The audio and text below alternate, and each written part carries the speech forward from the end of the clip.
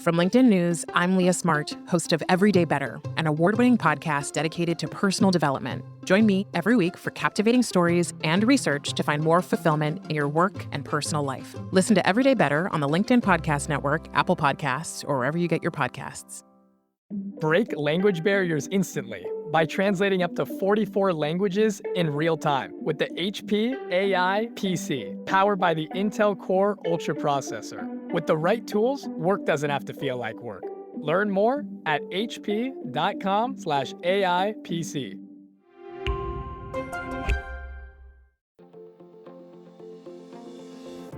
Hello, my friend, and welcome to another exciting episode of Negotiate Anything. Thanks for joining us today. With over 10 million downloads and listeners from more than 180 different countries, it's dedicated listeners just like you who have made Negotiate Anything the #1 negotiation podcast in the world. I'm your host, Kwame Christian. I'm a business lawyer, mediator, author, and the proud CEO of the American Negotiation Institute. Now, before we get into today's insightful conversation, I have a golden opportunity for those of you who recognize the power of negotiation in your professional lives. Have you ever found yourself wishing that you could navigate those high-stakes conversations with more confidence? Or perhaps you're looking to empower your team with the art of persuasion and conflict resolution. At the American Negotiation Institute, we've crafted specialized keynotes and workshops tailored for those very needs. We've transformed the negotiation skills of professionals worldwide, and we're eager to do the same for you. We believe the best things in life are on the other side of difficult conversations, and our goal is to help you improve your lives and the lives of those around you, one difficult conversation at a time. Don't let another challenging conversation leave you second guessing. Click the link in the description to discover how we can help you find confidence in conflict, negotiate better deals, and have stronger relationships. Because in the world of business, every conversation counts. And now, without further ado, let's jump into the interview. Alex, thanks for joining us today. Thanks so much, Kwame. I'm thrilled to be here. Yeah, we are thrilled to have you. So how about you get us started by telling us a little bit about yourself and what you do? Sure. Okay, I'd love to. So I'm a professor at Columbia Law School where I teach mediation. I'm a clinical professor, which means that I actually run a legal program. So together with my students, I mediate, tons of federal, state, and US government cases. So a bit about, the course of my career, I've helped thousands of people settle their cases. And, for the first portion of my career at Columbia, I was seeing people, as you know, as a mediator, once their conflict had gotten, pretty far, right? People are in court, maybe relationships are really far gone, business partnerships are, too far to be salvaged. And I started to think, what if I could help people use the tools that I bring to the table as a mediator in these cases, and I could use them to help people avoid having to see me as a mediator in the first place? What if I could give them tools to help them negotiate so that they avoided ending up in court? So I started working at the UN and at large corporations, as well as government agencies and NGOs, to give them some of the tools that I had seen work really well as a mediator for them as negotiators. So I did that now. I've been doing that for the last 8 years. And in the last couple of years, I started to think that I wanted to take things further because up until now, I teach to people who are at Columbia, at other law schools, or at large corporations. And I started to think, I'd like to widen the audience. I'd like anybody out there, whether they're in small business or they're seeking a job, to be able to have these same tools and to put them to work for themselves right away toward whatever goal they want to reach. So I wrote a book called Ask for More, 10 Questions to Negotiate Anything. And that contains my very best tools that I've used now for the last 12 years at Columbia Law School and in training diplomats and executives and government agencies all over the world, and people can now have that in the comfort of their own homes. This is fantastic. Yeah, and of course, 10 questions to negotiate anything. That's close to my heart with a podcast called Negotiate Anything. So this is great. perfectly on brand for both of us. So we're super excited for this. So listeners, I'll put a link in the description so you can pre-order, and hopefully I'll update it so we can get post orders in there as well too. But yeah, check the link in the description if you're interested in getting the book. So in today's conversation, we're going to focus on 3 topics from the book. The first one is the concept of negotiation isn't what we think it is. The next one is the power of open questions in negotiation. And then the last one is one that I really am interested in getting into, questions that you should ask yourself. So let's go ahead and get started with the concept of negotiation isn't what we think it is. So what do you mean by that? Yeah, Kwame, I wanted to expand the conversation about negotiation. A lot of people believe, and I used to believe this too, this is what I was taught in law school, that negotiation is a back and forth with another person over money or maybe over political terms. And over time, I started to see this as kind of a limited and reactive and pretty narrow way to think about negotiation. And this definition of negotiation creates a few problems. It actually, keeps us frequently settling for yes when we could be asking for more. Why? Because that definition of negotiation leads some of us to believe that we have to be the biggest, loudest, most aggressive person in the room to do it effectively. And it's about how forcefully you can state your arguments. Or, we think that negotiation is just what we do once we sit down with someone else. And I started to think about a definition that made a lot more sense to me, but it didn't come together until I went to Hawaii on my honeymoon. And I got in a kayak, and we were kayaking down a river, and the guide said, please negotiate your kayaks to the left so we can end up on that beach over there. And my brain went click. That's it. There's another definition in the dictionary way down there. It's not just a back and forth over money. It's to steer. In my work, I teach that negotiation is any conversation in which you are steering a relationship. So what does that mean? It means, for example, if I'm in a company, that I don't wait until the once a year conversation with my boss to say, hi, Alex Carter from Mediation here. So I won an award this year. I published a book. Please keep me in mind when you make your compensation decision. It means that I am actively steering that relationship throughout the year. Or perhaps I'm negotiating a contract. I'm not just negotiating when I sit down as the supplier to talk terms with the distributor. I'm steering that relationship well before I get to the table, and then I'm continuing to steer it thereafter. So when we think about negotiation as steering, it's a much more proactive definition that allows us to approach all of the conversations in our life with intentionality. And it lays a much better foundation for once we do sit down with somebody else. And the last thing I'll say, Kwame, is that when we go from just the back and forth with somebody else to thinking about steering relationships, what's the most important relationship of your life? It's the one you have with yourself. And that is one of the key parts that's been missing in that old definition of negotiation. It doesn't start with somebody else. It starts at home with you. So the book, Ask for More, also does that. It starts at home with you to give you the tools so that you can then walk into any conversation with confidence. This is great. This is absolutely fantastic. I love your definition of negotiation as it relates to steering a relationship because it's a great visual. I think one of the biggest barriers people face when it comes to effective negotiations is the fact that they have low levels of negotiation awareness. They just don't recognize when a negotiation has begun. And what you're demonstrating here is that we are negotiating at all times with people. And so we can now utilize these skills in every interaction since our awareness has increased. I think that's so right. And, so the key is really triggering that sense internally that says, this is a negotiation. And so we switch those skills on. And then the effect is that we're teaching people how to value us and how to think about us long before we're ever talking about a monetary term. Yeah, this is great. This is fantastic. And what's interesting is that your definition was so thorough and so well described that I am finding it difficult to go deeper into it.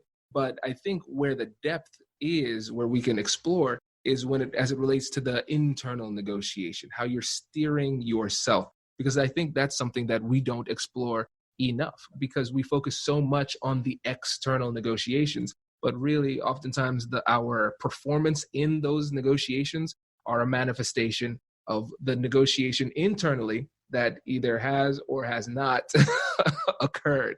So tell us more about that internal negotiation. Yeah, you're so right. And the internal negotiation is most of the problem for most of us. I like to tell my students that you only need one car to have an accident, right? And sometimes the situation that's happening in your negotiation is happening within the walls of your own brain.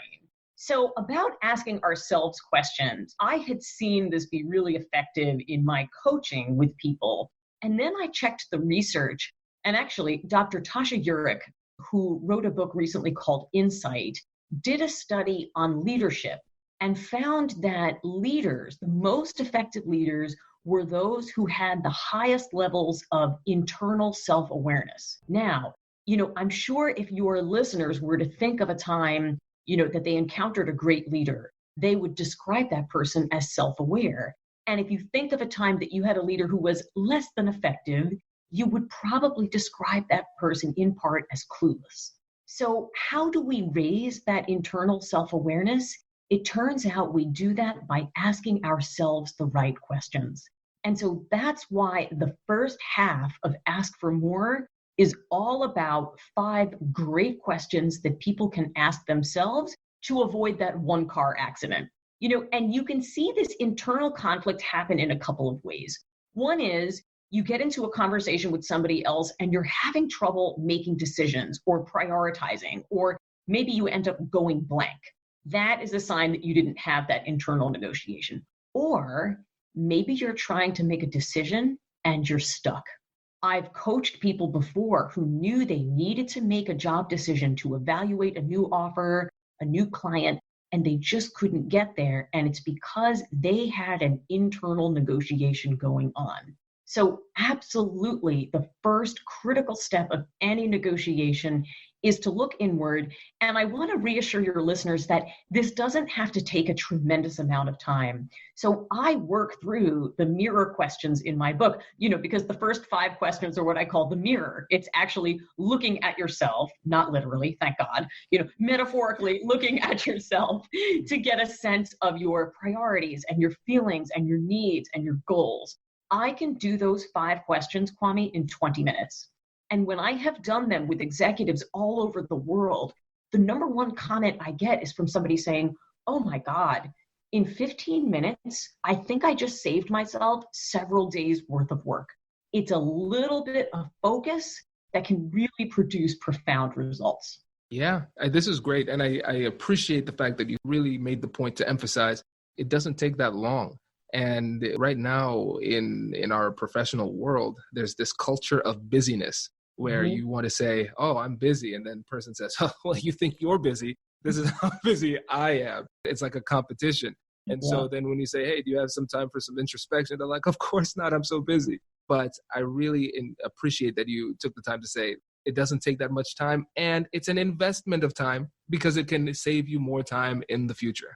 That's absolutely right. You have to spend a bit of time to save a lot of time on the back end. And if I could talk about the busyness piece, because, up until 4 weeks ago, I was one of those people who had annoying conversations about how busy I was all the time. I will tell you that now I do feel quite busy and overwhelmed. Why?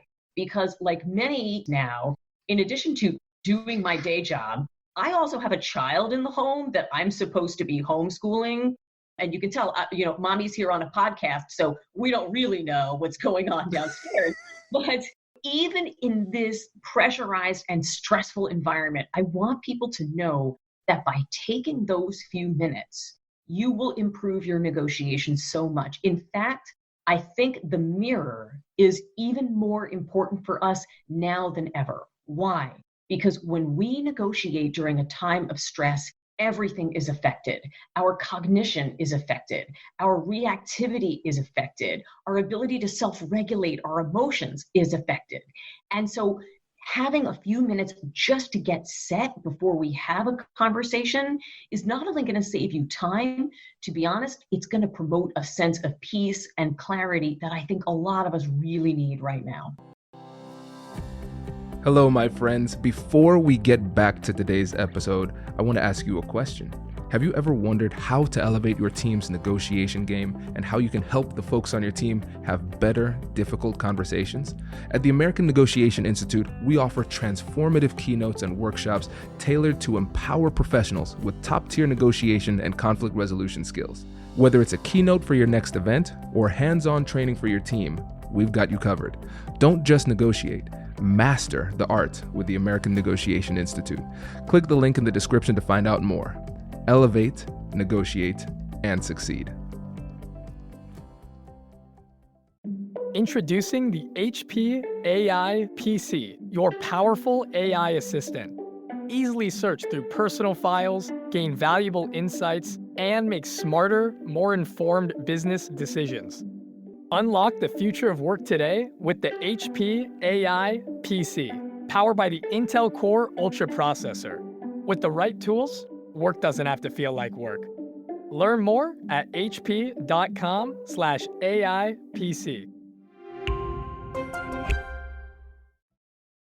I agree 100%.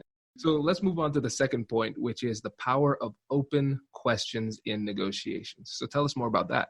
Yeah, I've been fascinated by questions for as long as I've been in the field of conflict resolution, because as a mediator, I've always found that my power as a dispute resolver, the number one reason people call me back to mediate their disputes and to consult with me on negotiations is not because I tell them what to do. I do not. I help them raise the right questions so that they can solve their problem. And once I saw the power of that, I started to break down what made a great question. But it didn't come together for me until I was on a beach in Brazil. And I was there as a young Columbia professor. I know everybody in the audience can feel sorry for me right now. I was on a beach in Brazil about to go and teach a lecture on mediation at a nearby university.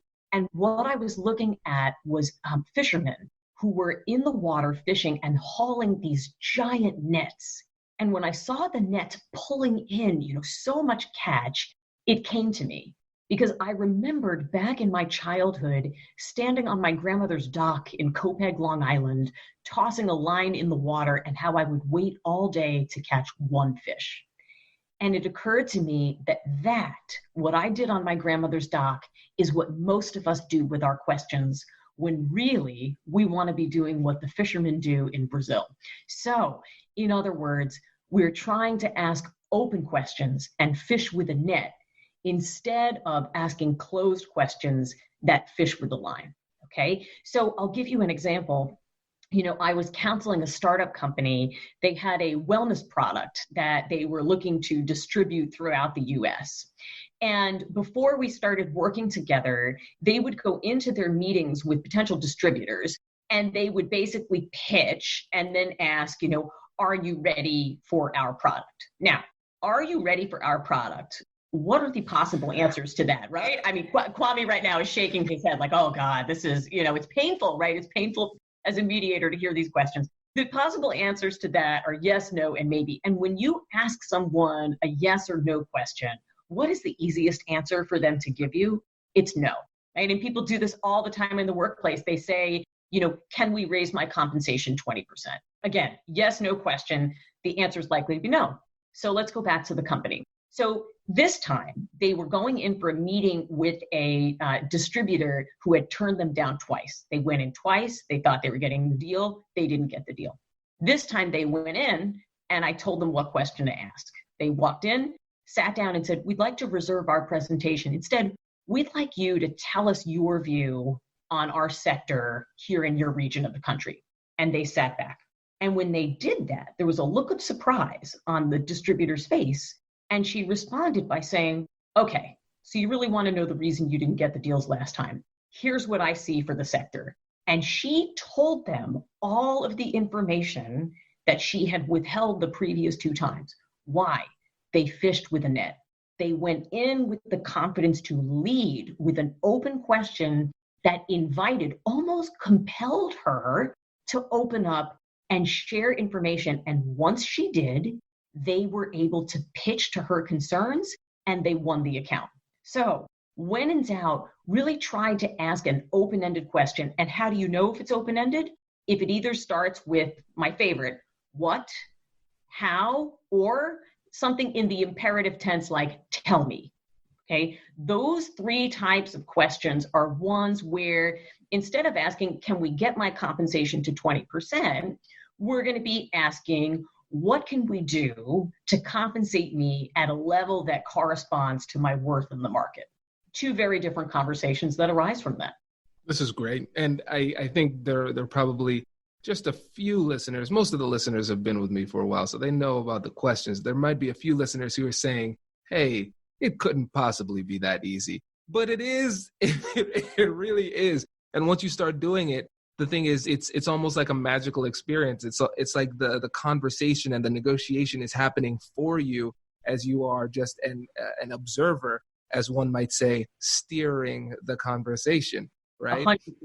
And Kwame, let me say that for your negotiators, for your listeners who are, expert or experienced negotiators, even more reason for you to use an open question, because I know that with the information you get from that question, you will be able to pivot on a dime and pitch to that information. It gives you the tools you need as a superior negotiator, somebody who's flexible, somebody who can take in information and pivot on the spot, gives you the information to close a great deal. Exactly. I think about it as in terms of you're giving them the opportunity to give you the key to persuasion. It's like you're standing at a door with a bucket of keys. And if you're just asking or just making direct statements, it's essentially like going into that bucket and just trying random keys instead of just knocking on the door and say, excuse me, what color is the key? How big is it? What does it look like? Oh, this is it? Okay, great.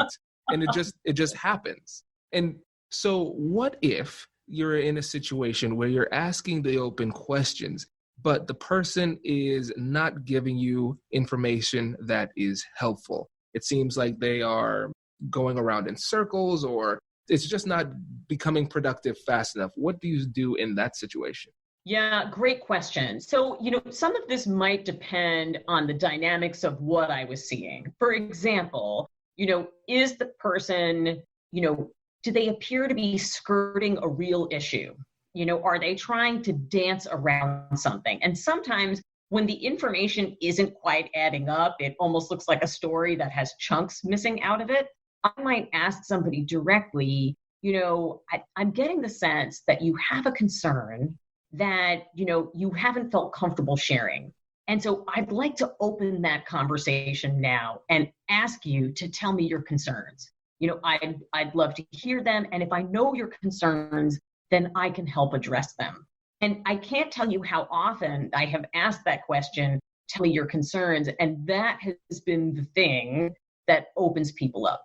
I find that very often people have concerns, but they don't share them with you. They just do what the distributor did to that startup company, and they don't give you the deal. You hear, right? You hear via the no. And so my first line of defense might be to ask that question, what are your concerns? Which, by the way, also works fantastically well if you get a no. Because some people see a no as the end of the conversation, and I see it as just the jumping off point for further negotiation. So that would be my first line, would be to ask, something like, what are your concerns? This is great. And so again, I want to push to make it as practical as possible, because I like to ask questions on behalf of the skeptics as well. And so let's say you then ask the question, what are your concerns? And then they continue to dodge. So they say, okay, we just didn't feel comfortable with it, so we decided to pass. Okay. So, let's say the person is dodging, right? So you've tried to ask about the concerns and they're dodging. Maybe they've told you no, right? But they haven't been clear on the no. I think my next question would be, what are your goals for this conversation? Because I'll tell you that, my goal coming in here was to find a way that we could work together that was going to serve you as well as serve me. And so that's why I'm here today. And it would be really helpful for me to know what your goal is for this conversation. And then I would sit back and invite them to participate in the productive problem solving. Yes, thank you. This is great because the answer that you gave was not give up on the negotiation. Because a lot of times when people would ask me in workshops, okay, well, what if I do this? And then they dodge the question. Then what if I do that? And they dodge the question. I said, well, you just keep going. That's the thing. You don't stop the negotiation. You don't say, well, it doesn't look like we're going to get a deal and then just end it. You just keep on pushing. And I think a lot of times when it comes to the implementation of solid negotiation and conflict resolution techniques, the issue is that people are not resilient enough with it. They will try it maybe once, they don't get the result that they want, and then they go back into their bad habits where they feel more comfortable because they weren't immediately getting the response. But in certain circumstances, the conversation isn't going to go as easily, but that doesn't mean the techniques don't work. That doesn't mean the right answer stops being the right answer. That's exactly right. And I have to tell you that some of the biggest deals I've ever done were on the other side of no. And I didn't have to be aggressive or pushy to get them. I simply picked up the phone or called a meeting and asked one question. The "what are your concerns" question landed me one of the largest orders for my book of the last 6 months. I got a no, I asked a question, we solved a problem really easily, shockingly easily, and we got something that was of huge mutual benefit for us both. So I would, tell your listeners, in fact, to embrace the no. I think a lot of the most successful negotiators are the ones who get the most no's because it means they're trying the most. They're, playing the game of the numbers. They are getting out there, they are extending themselves. And if they get the no, they see that as information, and they use that to get information about what would turn the no into a yes, and then they start moving forward toward that eventual yes. This is great. Yeah.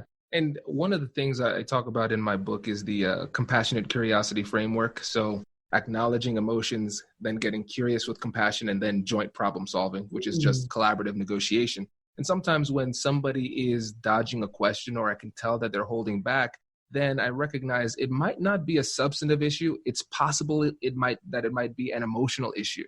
And so I would say, well, Alex, correct me if I'm wrong, but it seems like you don't feel comfortable sharing that information. Is that right? Mm-hmm. And then they say, yeah, I don't feel comfortable sharing that information because of X, Y, Z. Oh, okay. Tell me more about that. Okay. And so now they're sharing more information, but it came after you took the time to acknowledge those emotions. Yeah, I'm so glad you said that. In fact, in the second half of my book, when I talk about sitting down to speak with somebody else, I mentioned the power of doing what you just did, which is summarizing and acknowledging. We often think that it's enough just to ask somebody a question and sit there while they speak and that then they know we have heard them, but they don't. And when we take that moment to say, so here's what I've understood you saying, here are your concerns, that has a powerful effect on someone. It really makes them so much more open to hearing what you have to say in return. And it also makes sure that you got the information correct. So it's really, really key. And I'm so glad you mentioned it because if I'm in a negotiation, I try never, in fact, to ask more than like 2 questions in a row without summarizing what the person has said back to me first. I find it really helps the negotiation flow much better. And not for nothing, it also gives you, as the negotiator, a few seconds to formulate your next step, right? So if I've taken the time to summarize, I then have a second to say, all right, now I know where I need to go. Here's my next question. This is great. Perfect. I love it. Well, let's go to the third and final point, which is the questions to ask yourself. And so now we're going to get a little bit meta here. I'm very excited as a psychology nerd. So when it comes to asking yourself questions, where do we even start?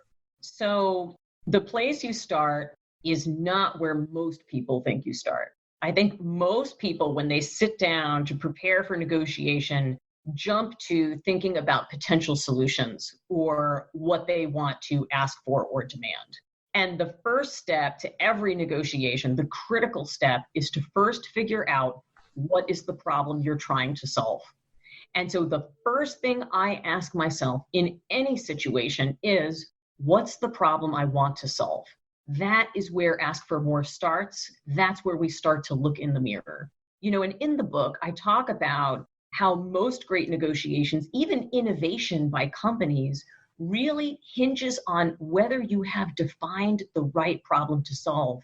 And in particular, during coronavirus, I think this is a critical question for negotiators to be asking ourselves. Why? Because when we look around, we're confronted with a lot of unsolvable problems. Clients who went under, events we had that vanished. It could even be, right? So a lot of us, in fact, over the past month, and I include myself in this group, I was supposed to do a book tour. I should have been on a plane at this very moment. And all of that within the space of a week evaporated. Now, if I focused my time trying to solve the unsolvable problem, I would be left spinning my wheels. I can't spend that energy back to get those events. But instead, I defined, for example, a problem that I wanted to solve as, how can I serve people using my skill set right now? And once I defined that problem, it set in motion everything that I wanted to do for that next month. It directed all of my action steps. I started a series of free webinars, and I ended up serving this month that way so many more people than I would have done in person. So before your listeners go out to negotiate, the first place to start is thinking about the problem they want to solve. If you're going in even to ask for more compensation, think about, what are you trying to achieve? Are you just trying to achieve a certain number? Or are you also trying to telegraph an eventual leadership role you'd like at the company? Are you trying to show them that you can negotiate for yourself so that they will know that you could negotiate for the company if they put you into a senior role? So when you define the problem you want to solve, you direct all of your steps from there. This is good. This is really good. And I really appreciate especially that last point where it might be more than one problem you're trying to solve. And I think, again, we get too narrowly focused on probably the biggest thing. So right now, of course, it's the pandemic. If you're negotiating for your salary, okay, yeah, I want more money. But it's more than just that. You want to be seen in a specific way. You want to achieve a different position, those type of things. I think that's great. And because that's going to have a significant impact on the way that you navigate the conversation, the way that you create your strategy. And so, again, it just flows right into what you said before, how not handling the internal negotiation effectively puts you in a bad position for the external negotiation. Yeah, that's exactly right. And I think if they really consider, and I love that, Kwame, if they consider, even the multiple problems they're trying to solve, then that's the deal that you're going to get. You're going to end up, not just with something that's about compensation, but maybe something where you are being mentored into the C-suite position that you want to occupy 5 years from now. And so this is why I called the book Ask for More. Because when we don't ask ourselves these questions, we can settle for less. And that's not what I want for people. I want them to think about all of the problems they can solve and ask themselves the questions so that they can then go in and ask audaciously for what they need. This is great. And so, listeners, I think right now you have gotten your 5-star point for the episode. So every time we want to shout out a point that you made, that was a 5-star point, even though all of them have been really, I just forgot to say it until this point. So listeners, if there was anything in this episode that Alex said that really resonated with you, leave the show a 5-star review so other people can discover us and get the same goodies as well. But before we wrap up, I want to give you an opportunity to go just a little bit deeper on the questions to ask yourself. And you said it's the 5 questions looking into the mirror, right? Can you tell us a bit more about that? So we've talked about defining the problem to be solved. And the rest of the mirror questions, Kwame, walk people through, their needs, what different needs can look like in negotiation, and how to make sure you are capturing all of your needs so that when you go in for that conversation, you've really set yourself up to create the best possible deal. I also talk about emotions. And sometimes, for us business negotiators, we really don't like to admit that we have feelings. In fact, I call feelings the F word in the book, but feelings are critical to how we make decisions. And so I've created a question that's going to help you really uncover those so that you can harness your emotions and not be limited by them when you go in to negotiate. And then the last couple of questions are going to help people figure out, what successes they've had in the past that they can draw on for this negotiation, and then create an action plan, their steps forward toward their solution. This is great. Listeners, if you haven't come to this conclusion already, you need to get this book. This is fantastic. And I know you'll get a lot out of it too, just like I'm sure you did with the interview. But before we go, Alex, let the listeners know again about the book and how they can get in touch with you. Absolutely. So the book is called Ask for More, 10 Questions to Negotiate Anything. And this is why, Kwame, we were really meant to speak together on this podcast. We are, truly aligned. It's being sold by Amazon, Barnes & Noble, your independent bookstores, really anywhere books are sold virtually at the moment, because it will, of course, not be in bookstores until the pandemic is done. And as for where you can get in touch with me, I'd love for you to come visit me on my website, which is alexcarterasks.com. And you can also find me on LinkedIn and Instagram at Alexandra B. Carter. I want your listeners to know that I want to be their partner in achieving their long-term goals. And so I would invite you to get in touch.